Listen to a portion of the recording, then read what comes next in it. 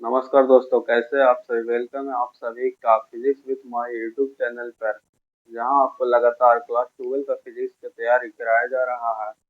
जहां पे आपको बोर्ड में 95 प्लस नंबर लाने की तैयारी कराई जा रही है। अगर आप चैनल पर नए हैं तो चैनल को सब्सक्राइब कर लीजिए और एक बार वीडियो सेक्शन में जरूर विजिट करिए, क्योंकि वहाँ पे कम समय में ही फिजिक्स के सबसे शानदार कॉन्सेप्ट को बताया गया है जो आपके बोर्ड एग्जाम में सीधे देखने को मिल सकते हैं। इसलिए एक बार चैनल पर जरूर विजिट करिए। जैसा कि आप सब लोग जान रहे हैं कि हम लोग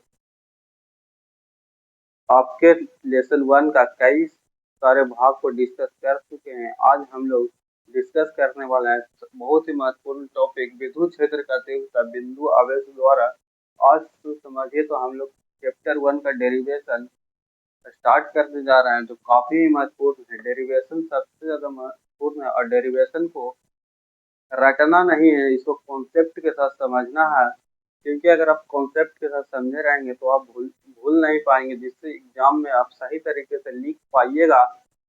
तो चलिए आज के लेक्चर को हम लोग स्टार्ट करते हैं। विद्युत क्षेत्र का तीव्रता बिंदु आवेश द्वारा इसका कहने का मतलब यह है कि किसी भी प्रकार के बिंदु आवेश से हम लोग को विद्युत क्षेत्र का तीव्रता ज्ञात करके, एक आवेश ये हो गया, एक आवेश ये हो गया, इस पर आवेश Q है, इस पर आवेश Q नोड है जो प्लस 1, जिसको हम लोग इकाई धनावेश बोल सकते हैं। इन दोनों के बीच का दूरी की दोनों आवेशों के बीच का दूरी r है।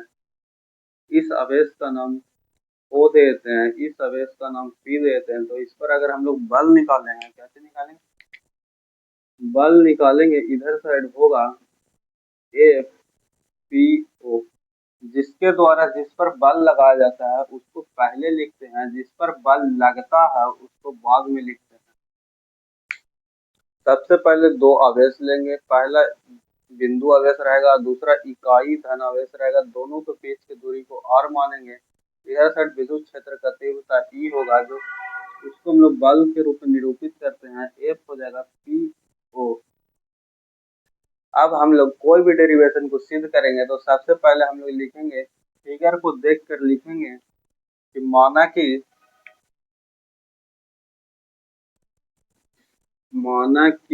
Q एक बिंदु आवेश है।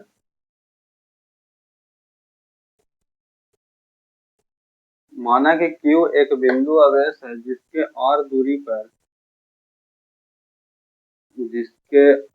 दूरी पर इकाई धनावेश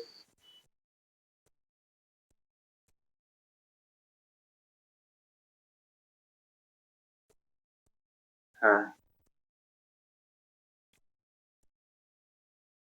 उसके बाद अगर आपको फिगर से इतना देख के लिख लेना है। अगर इसके बाद आपको कुछ ना समझ में आए तो लास्ट में ये लिख देना है कि जैसा कि चित्र में दिखाया गया है, जैसा कि चित्र में दिखाया गया है।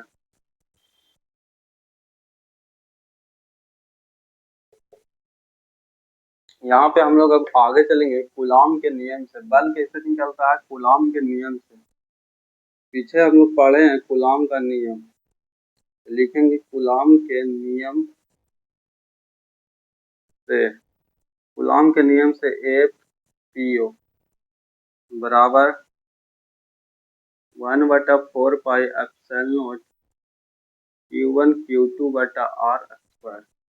F P O को लेके चलेंगे, F P O 1/4 pi epsilon not Q1 की जगह पे क्या है, Q1 की जगह पे Q है, Q2 की जगह पे इकाई धनावेश लिए हैं तो इसके जगह पे 1 रख सकते हैं।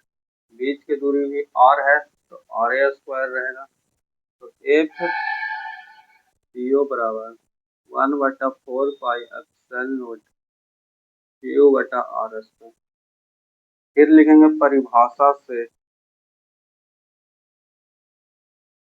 परिभाषा से कहने का मतलब है कि बल जो है विद्युत क्षेत्र के बराबर होता है। बल किसके बराबर होता है?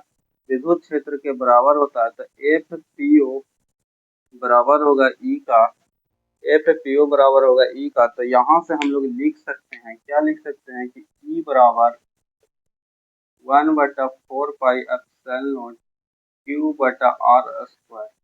ये आपको सिद्ध हो गया कि बिंदु आवेश के द्वारा विद्युत क्षेत्र का तीव्रता, इसको आप एक तरह से और लिख सकते हैं, ई बराबर 1/4 पाई एप्सिलॉन नॉट। ई जितना लिखा हुआ है इसको हम लोग के मान लेंगे, क्यू बटा आर स्क्वायर।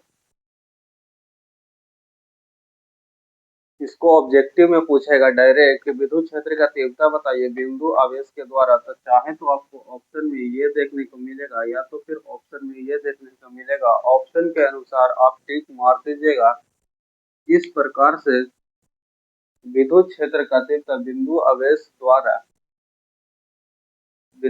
के द्वारा कंप्लीट हुआ। आप लोग को मिलते हैं नेक्स्ट लेक्चर में। धन्यवाद। अगर आपको कहीं पर भी दिक्कत हो तो कमेंट बॉक्स में बताइएगा, आपका समस्या का समाधान किया जाएगा। ऐसे ही आप अपना प्यार इस चैनल पर बनाए रखिए। धन्यवाद। Follow for more updates physics with माहिर।